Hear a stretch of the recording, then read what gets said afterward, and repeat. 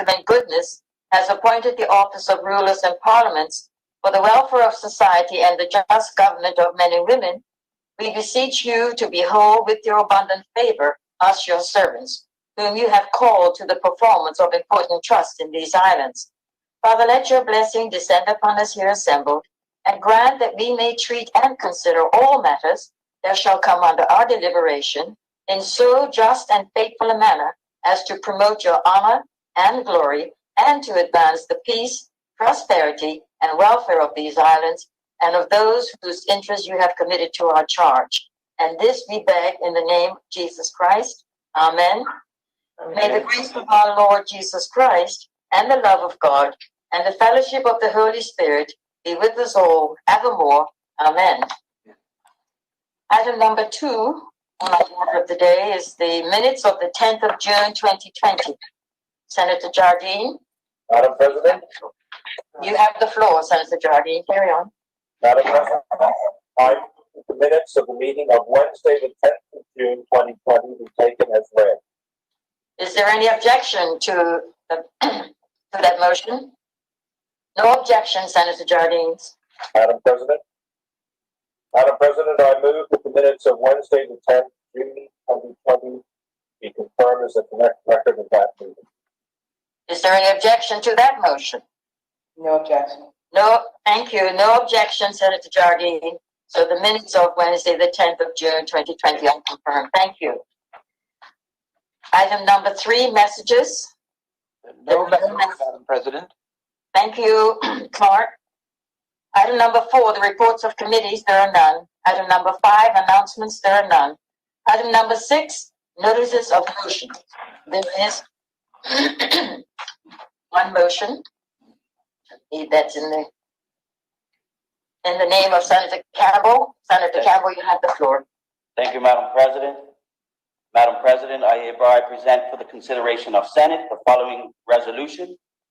Be it resolved that previous resolutions of this House made pursuant to Section 15A of the Ministers and Members of the Legislature Salaries and Pensions Act 1975 be revoked, and be it further resolved that pursuant to Section 15A of the Ministers and Members of the Legislature Salaries and Pensions Act 1975, the contributions toward the cost of pensions payable under the Act by members and officers of the legislature shall be reduced from 12.5% of their salaries to 0% with effect from the 1st of July 2020 to the 30th of June 2021, and with effect from the 1st of July 2021 shall be increased from 0% of their salaries to 12.5%. And I give notice that at a later point in the meeting, I will move that the said resolution be approved. Thank you, Madam President. Thank you, Senator Campbell. Item number 7, petitions, there are none. Item number 8, statements, and there are a number of statements this morning. The first one is by Senator Caesar. Senator Caesar, on your reemployment of Bermudian staff. You have the floor. Good morning. Thank you, Madam President. Good morning. Madam President, during the COVID-19 pandemic, many businesses across the island were forced to close their doors, since which many businesses have now reopened. As a result of these closures, and through the period of shelter in place, over 9,800 individuals, or approximately 15% of the population, are out of work, and around $38 million have been paid out in benefits from the unemployment fund. Although several sectors were hit with large numbers of persons employed, some sectors were hit particularly hard. The top 5 largest job losses during the shelter in place are as follows: restaurants with 1,815 people, hotels with 1,345, construction 1,256, retail with 991, and small businesses with 921.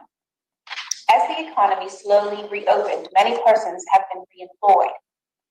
As of the most recent update, a total of 3,577, or 37% of those previously out of work, have now returned to work.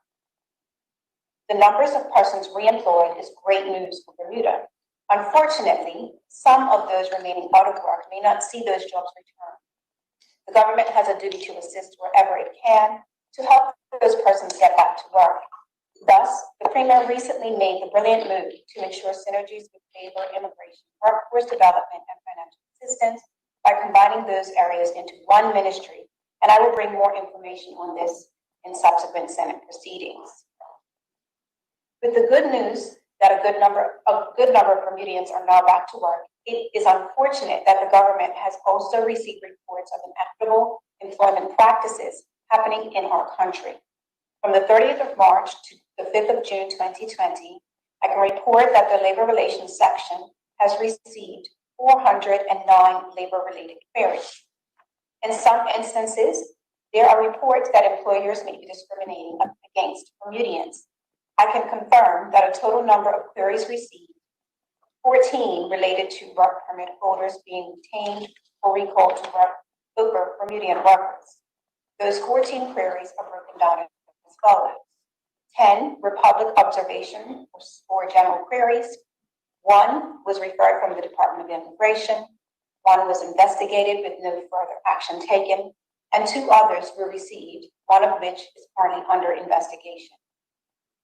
While we strongly believe the majority of businesses are treating Bermudians fairly, there may be a few employers that will discriminate against Bermudians.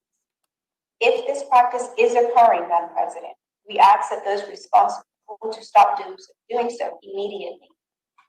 As we seek to further open our economy for business, we urge employers to ensure that Bermudians are given equitable treatment. It must be noted that employment practices in response to the pandemic have not been uniform across all sectors. For example, it is understood that employees in the international business sector have largely remained employed and continue to work remotely. Similarly, businesses in other industries have successfully engaged their employees, and we thank all industries for their efforts to keep staff employed. Madam President, the Premier recently announced that Cabinet agreed to extend the unemployment benefit program for another month to support our people and provide them with an added layer of security. As businesses reopen and our economy begins to move again, to assist employees that were laid off, terminated, or made redundant as a result of COVID-19, the unemployment benefit was introduced. It came into effect on the 24th of March 2020, and the application period will end on the 30th of June 2020, providing a weekly benefit of up to $500 to eligible persons, including work permit holders, for up to 12 weeks. The government will extend these benefits, but not the application deadline, to allow persons to receive further support while the country moves towards the new normal with the gradual reopening of the economy during phase 4. Additionally, Madam President, following engagement with industry associations, the government will also table legislation this week to amend the Unemployment Act of 2000. This legislation will amend that portion of the Act with respect to layoff due to the impact of the COVID-19 pandemic resulting in the state of emergency. That change will include the period from the 1st of April to the 30th of June 2020, from the calculation of the period of 4 months, after which layoff is deemed to be a termination for redundancy. The existing provisions of the Employment Act that would then apply for severance for those employees not recalled at the end of the 4-month period starting from the 30th of June. The purpose of the amendment is to protect both employees and employers in these unprecedented times. In the face of this global pandemic, employees should not lose their benefit entitlement of redundancy pay under the Employment Act, and this must be protected. On the other hand, employers with little or no cash and significantly lower revenues due to the pandemic should not be forced into bankruptcy by paying these benefits. A compromise must be reached. This move represents a balanced approach to provide both groups an opportunity to adapt to the new normal as we go through phase 3 and work towards entering phase 4. It should be noted that the concerns of the Bermuda Hotel Association have not been ignored in this regard.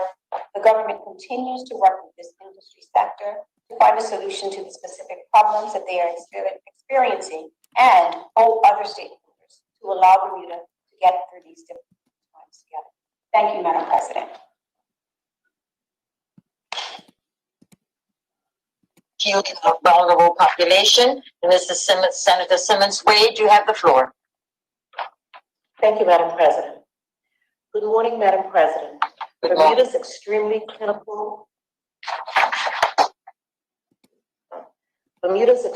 clinical, vulnerable population are at higher risk than most people getting serious illness from getting COVID-19. They all must take extra steps to avoid getting unwell. We must do our best to protect them. Today, I will discuss the important issues surrounding protecting our vulnerable population with shielding. Shielding minimizes the interaction between those who are extremely vulnerable and others. The government has established very clear guidelines on the website coronavirus.gov.bn under guidelines entitled Vulnerable Persons Shielding Guidance. This explains how best to shield our vulnerable population. There are many people who make up the clinically vulnerable population, including seniors, persons with heart disease, those with certain cancers or undergoing certain cancer treatments, recent bone marrow and stem cell transplants, solid or recent transplant recipients, severe combined or immune deficiencies, severe respiratory conditions, including cystic fibrosis diagnosis, severe asthma, or severe COPD, women who are pregnant with heart disease. Please help protect our most vulnerable by responsibly keeping away if you are a quarantined person for everyone's safety. As a vulnerable person, connect with your loved ones by phone and the various video and social media alternatives until that person in quarantine has completed their quarantine and have a negative test results after 14 days. Madam President, on the matter of protecting our most vulnerable, I remind the public of the continued need to shield persons who are at most at risk from COVID complications that can lead to death.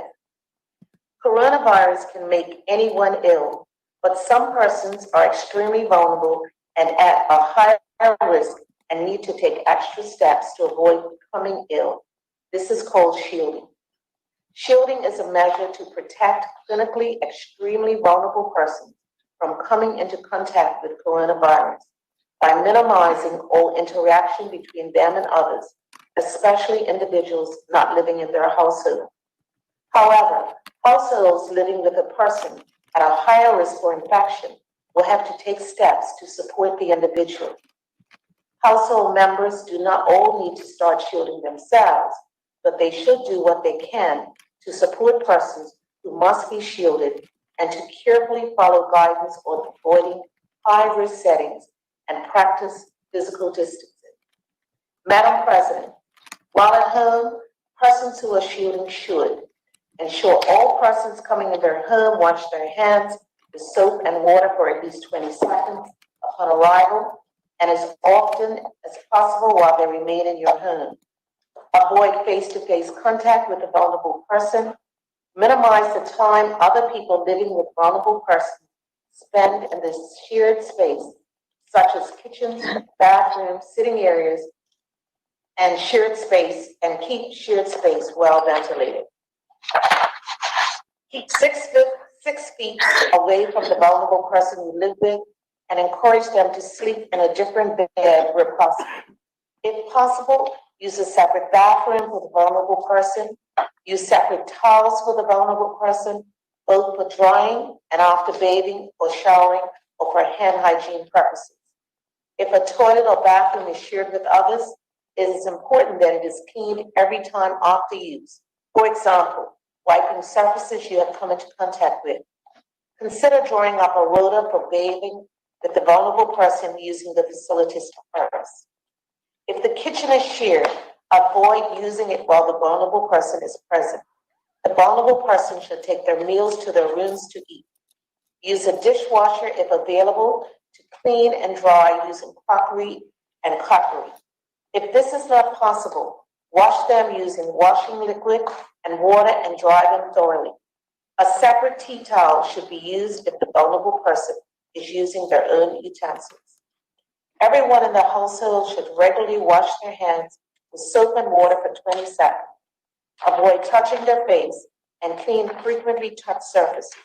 Everyone in the family or household should try to follow this advice as far as they possibly can. Madam President, I encourage everyone to go to coronavirus.gov.bm to look at the extensive resource tools that have been created to guide us through these often confusing times.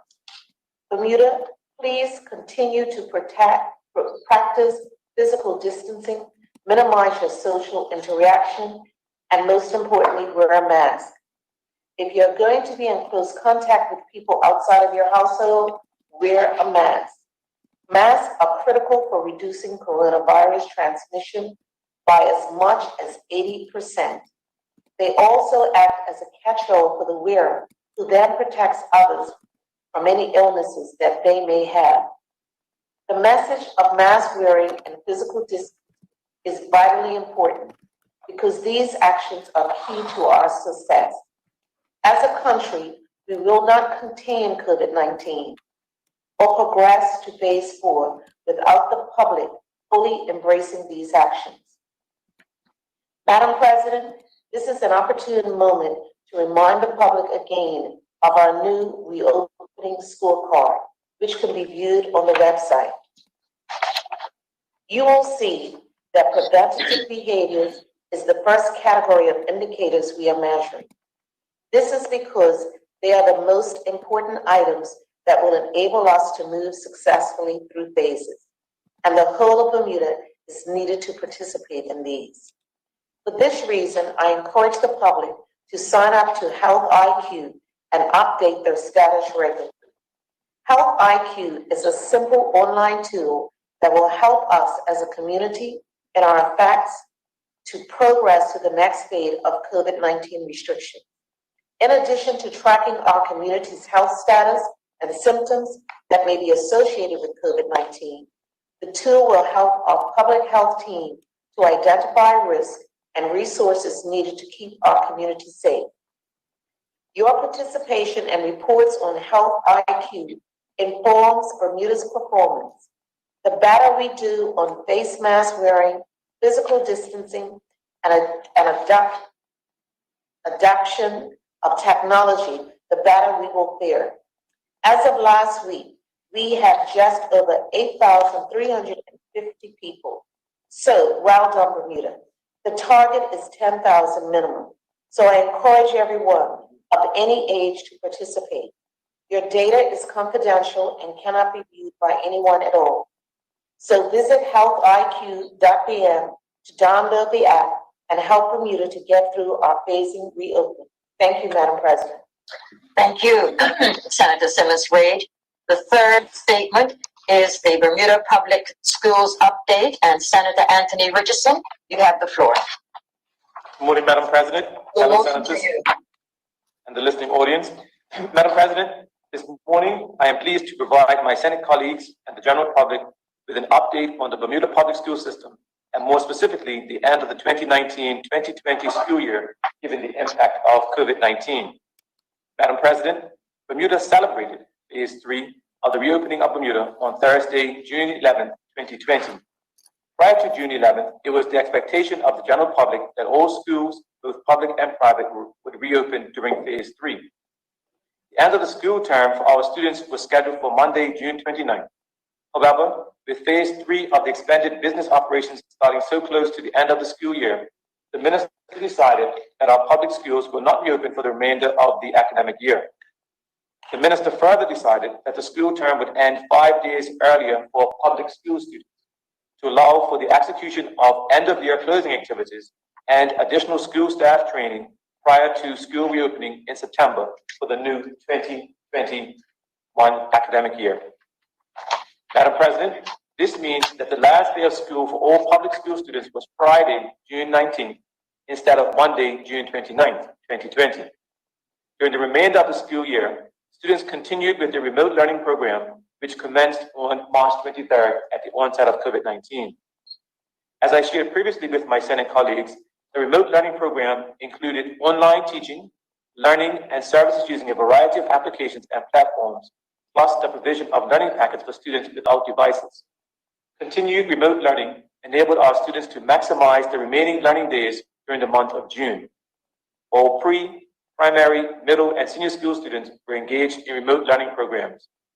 Madam President, the last day of the school term for the school staff remained as June 30th, 2020. After providing the online learning experiences and learning packets for students up to June 19th, all school staff commenced the execution of end-of-year duties, participated in training, and carried out other essential tasks in preparation for the reopening of schools in September 2020. Madam President, we all know that this time of year is usually a special time for our students to enjoy school leaving ceremonies as they transition from preschool to primary, or to big school for our younger ones, from primary to middle, from middle to senior school, and graduating from senior school to college or university, or to enter the world of work. During these times, there are always celebratory activities to recognize what our children have achieved and how they progressed during the year. Despite the limitations that COVID-19 presented to us, which limited the usual end-of-year ceremonies, I am very pleased to share that our school leaders were very creative in organizing a significant variety of activities to recognize our students at each level. Information about the celebration activities were communicated directly to our parents. I was pleased to see that the activities followed safety and health protocols as stipulated by the Department of Health and the Ministry of National Security. Madam President, my Senate colleagues are aware that the Department of Education operated an educational support program at the Cedar Bridge Academy for children of those parents who returned to work during phase 2. The program was expanded to accept children of parents who returned to work during phase 3. The program was a notable success. Enrollment was effected by interested parents contacting their respective school principal.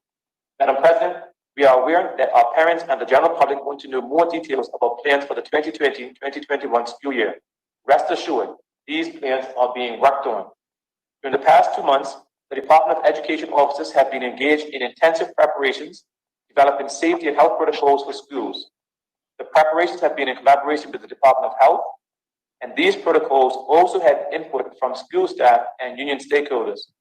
Once finalized, the department plans to share the protocols with our parents so they are aware of what safety and health measures will be implemented and, if needed, have the opportunity to provide further input. And Madam President, I think that's very important because we have to make sure that we deal with, or at least address, the perceptions versus the reality of COVID-19 and how it will impact the upcoming school year. And the Commissioner of Education will be writing directly to our parents regarding all of these safety protocols to ensure that everyone is fully informed. Madam President, the summer school break is now upon us, but learning must continue, and the Department of Education is offering summer courses for our S1 to S4 students. A plan was developed to have online learning services that will align with the education needs of our students. The emphasis is on courses that will allow students to make up any loss in schoolwork and earn credits toward their Bermuda School Diploma. It is important to keep our senior school students on track with their coursework as they prepare for graduation, college or university plans, and the world of work. The department will also be assessing our primary and middle school children at the start of next school year to identify any learning gaps. The intention is to establish any needed interventions on an urgent basis as the school year starts.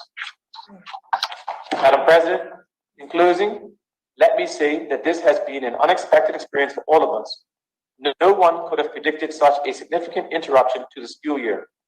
Notwithstanding, I join all Bermuda residents in saluting everyone that is in any way connected to education in Bermuda.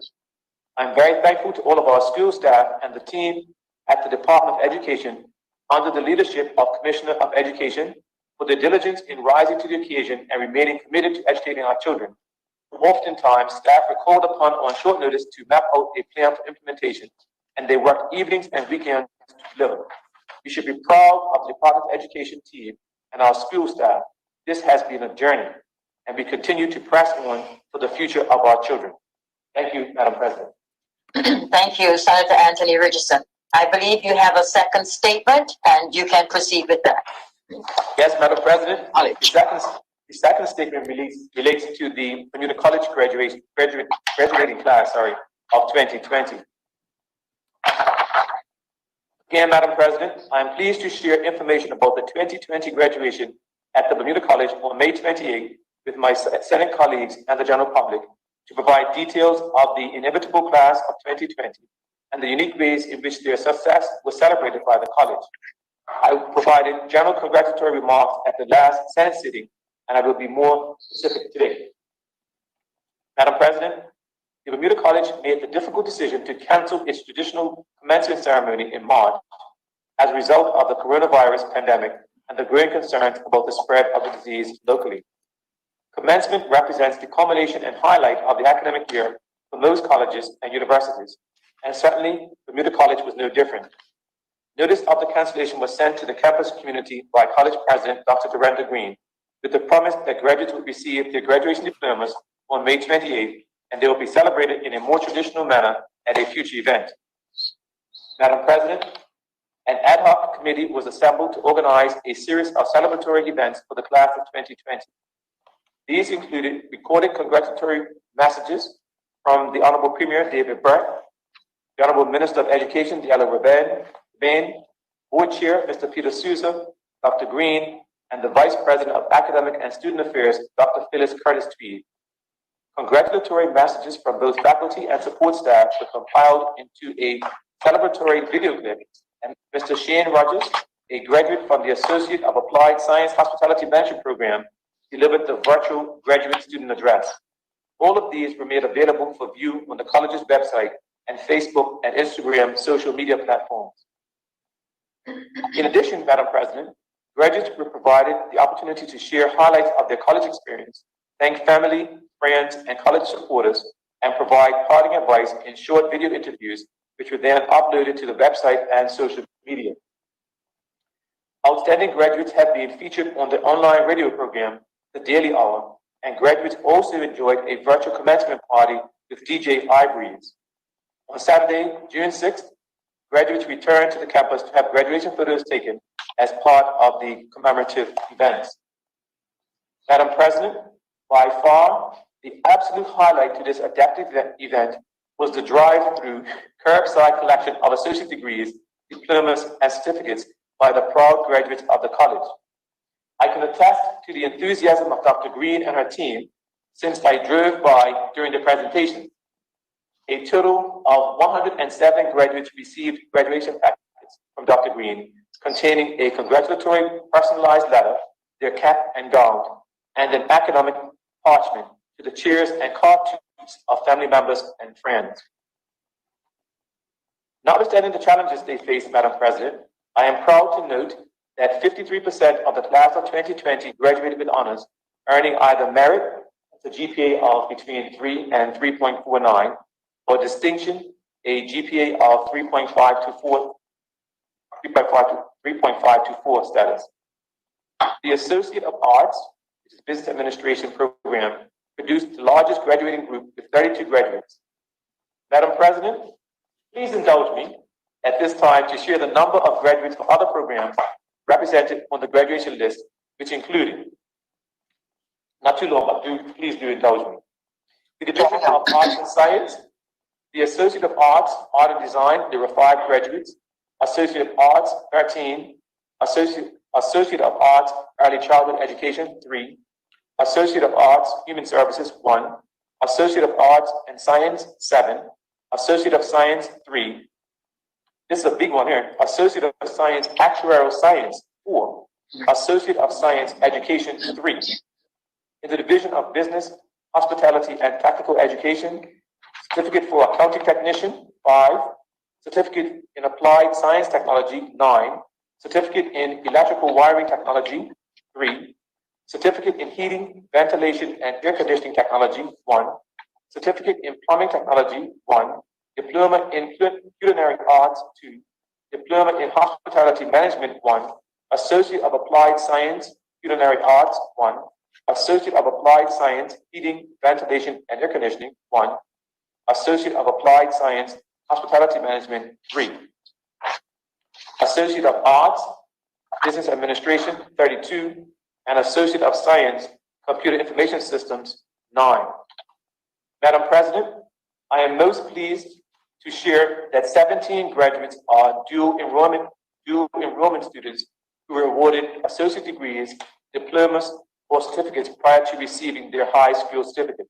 And Madam President, I have spoken about this previously in the Senate, and it's to highlight the fact that these young people have actually completed their Bermuda College degree, associate degree, and their high school studies simultaneously.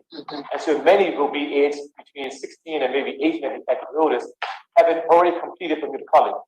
And I'm sure Dr. Green will be reporting in the future in terms of this year's intake, because I understand there are some persons that are as young as age 14 that will be entering Bermuda College this year as part of the dual enrollment program.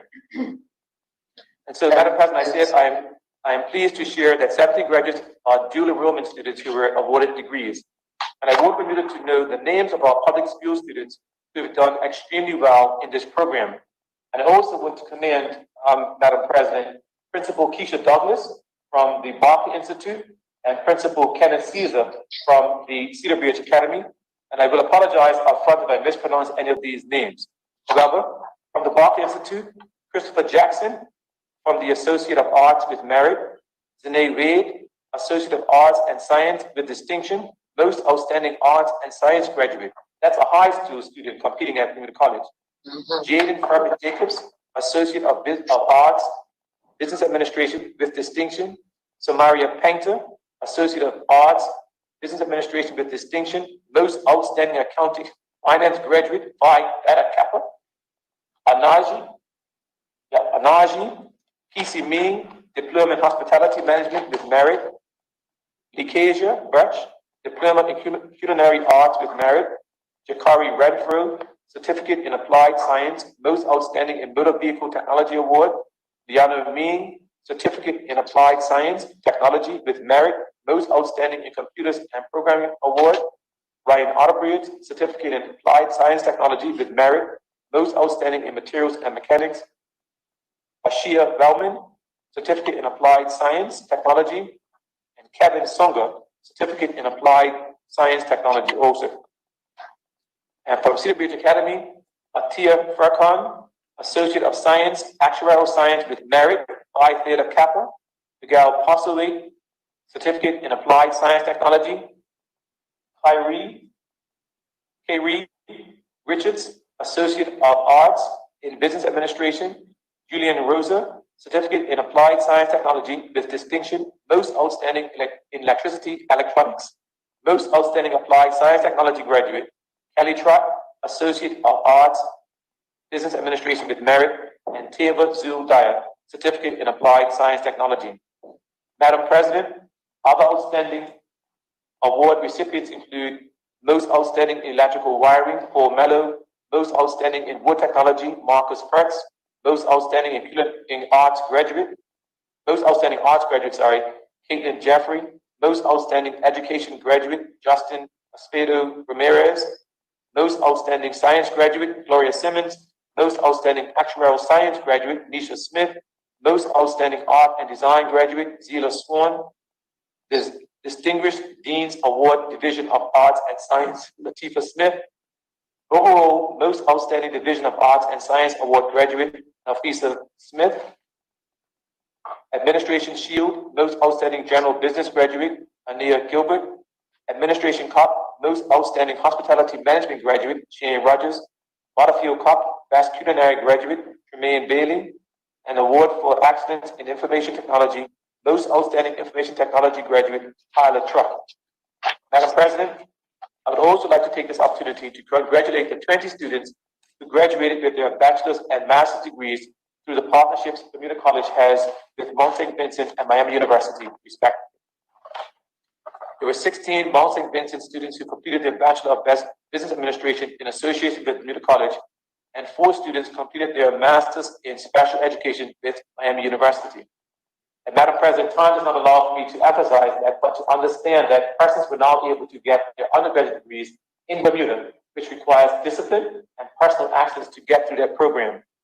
Unfortunately, Madam President, the 11 nursing students of this remarkable class of 2020 were unable to finish their studies because the clinical component of their graduation requirements could not be completed as a result of the pandemic. It is planned for this final portion to be completed in the fall. Madam President, I ask that you and this honorable chamber join me in congratulating the unique and resilient Bermuda College graduates of the class of 2020 who discovered and followed their path at the Bermuda College. Thank you, Madam President. And thank you, Senator Anthony Richardson, and we certainly join you in congratulating all these students. The final statement is the Criminal Code Amendment Act, which will be given by the Attorney General, Senator Kathy Lynn Simmons, and who is the government leader in the Senate. Senator Kathy Lynn Simmons, you have the floor. Thank you, Madam President, and good morning. Good morning. Madam President, I am pleased to table the bill entitled the Criminal Code Amendment Act 2020 this morning. This bill amends the Criminal Code Act 1907 to strengthen measures to protect young persons up to the age of 18 from sexual offenses committed by persons in a position of trust. Madam President, an offense of luring currently exists under Section 182E of the Criminal Code Act 1907. However, this offense is not specific to a position of trust and provides protections for a child up to the age of 16 years old. Currently, luring targets online or electronic predatory conduct designed to facilitate later sexual activity with a child who is under the age of 16 years old. But there are no protections in place if communication by the predator is in writing or otherwise. These gaps in the criminal code have now been addressed by creating a specific offense of luring by a person in a position of trust in relation to a young person under the age of 18 years old, and extending the current luring offense to include written communications and other forms of communications.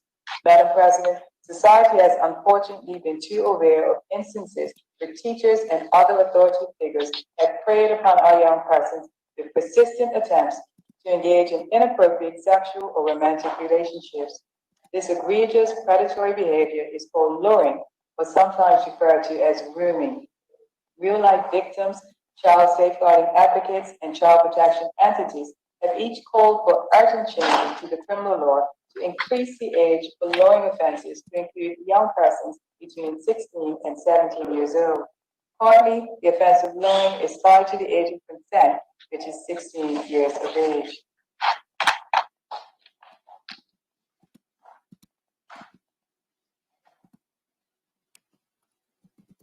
Madam President, although 16 and 17-year-olds have reached the age of consent, the overwhelming public sentiment and advocacy supports that sexual relations between adults in positions of trust and young persons between 16 and 17 is improper and must not be tolerated. When considering that luring behaviors by a person in a position of trust can take place before a young person reaches the age of consent and persists well beyond 16 years of age, we can see that 16 and 17-year-olds are left exposed to exploitation without legal redress. In such scenarios, perpetrators in a position of trust can escape prosecution for luring altogether. Additionally, most of our young people are still in secondary education up to 18 years old. Britain and other jurisdictions have addressed this problem by instituting specific offenses, criminalizing such abuses of power which harm and inflict trauma to young persons, including 16 and 17-year-olds. Madam President, the bill inserts a section 182DA into the criminal code, which details the elements of the offense of luring a young person by a person in a position of trust. The new offense will cover all young persons under the age of 18. The section is intended to cover situations where an adult who is in a position of trust through any form of communication gains a young person's trust for the purpose of committing a sexual offense against a young person. The intended offense does not have to take place. The evidence of the adult's intention to commit an offense against a young person may be drawn from their communications with the young person or may be drawn from other circumstances. Madam President, the penalty prescribed in law for this offense will be, on summary conviction, imprisonment for 5 years, and for conviction on indictment, imprisonment for 15 years. These penalties correspond to the seriousness of the offense and are sufficiently dissuasive as a deterrent. Madam President, the effects of the bill are that certain relevant factors may be considered at trial for a person being prosecuted for an offense under the new provision. Factors that might be taken into consideration may include the ages of the parties, whether there was consent, and the relationship between the parties, such as whether an accused is a person in a position of trust with respect to the person. The bill also confirms that the evidential presumptions about consent with respect to an offense where an accused is a person in a position of trust have not been affected by the creation of the new section 182B offense. Madam President, it is also recognized that in numerous sexual crimes against children and young persons by adults in a position of trust or authority, it is common for the perpetrator to use assorted forms of communication mediums to groom or lure for sexual purposes. When reviewing the existing law, it was evident that the law criminalizes the perpetrator's digital and electronic communications with a young person for the purposes of luring, but did not include other forms of communicating, such as handwritten notes and verbal communications. Drafted this narrative, the existing law rightly encapsulates social media and online communications. However, it overlooks that handwriting is not yet obsolete, especially for students. For these reasons, the bill amends the criminal code to include additional methods of communication and other than electronic means, such as orally and in writing. Madam President, the proposed legislative amendments also enhance Bermuda's child protection regime for the progressive realization of the international standards of the Lanzarote Convention on the Protection of Children against Sexual Exploitation and Sexual Abuse. Article 18 of the Convention requires countries to criminalize international conduct involving a person engaging in sexual activity with a child where abuse is made of a recognized position of trust, authority, or influence over the child, including within the family. The amendment proposed in the bill is drafted to also include relationships of dependency and is designed to capture familial relationships. In closing, Madam President, the government is unwavering in its commitment to our youth to ensure that they can learn and thrive in safe environments and that they can access care and helping services without being subject to exploitation. I am thankful to our public sector and third sector entities who unselfishly provide child protection services to our community and give voice to the voiceless. The process of progressing these amendments is testament to active community engagement and direct advocacy, which challenges the government to perpetually review and improve our laws to reflect present-day views and best practice. These legislative changes will strengthen Bermuda's child safeguarding regime, providing further protection to our most vulnerable population and future leaders, our youth. With that said, Madam President, and with your permission, I will now move the introduction of the bill. Yes, certainly, Senator Kathleen Simmons, AG, and government leader in the Senate, do carry on. Madam President, under the provisions of Standing Order 23, I move for leave of the Senate to introduce the bill entitled the Criminal Code Amendment Act 2020. Thank you. Thank you, Senator Kathleen Simmons. Sorry, Madam President. I didn't mean this is Senator Richardson. I do have a question for the question period, and I know under the standing orders I have to notify you as soon as possible. Yes, you will certainly be able to do that when we reach the question period on the order paper, Senator Jerry and Richardson. Thank you. If I may continue, Madam President? Yes, certainly, Senator Kathleen Simmons, you can continue. So, Madam President, I hereby introduce and read for the first time by its title, a bill entitled the Criminal Code Amendment Act 2020. Madam President, I ask that the said bill be set down on the order paper for second reading at the next day of meeting. Yes. Is there any objection to that motion? No objection. Thank you, Senator Kathleen Simmons. The bill will be reviewed at the next day of meeting. Thank you, all senators. We'll now move on with the agenda, and that is the first reading of public bills. The following public bills have been received from the Honorable House of Assembly and are now read for the first time. Their titles are respectively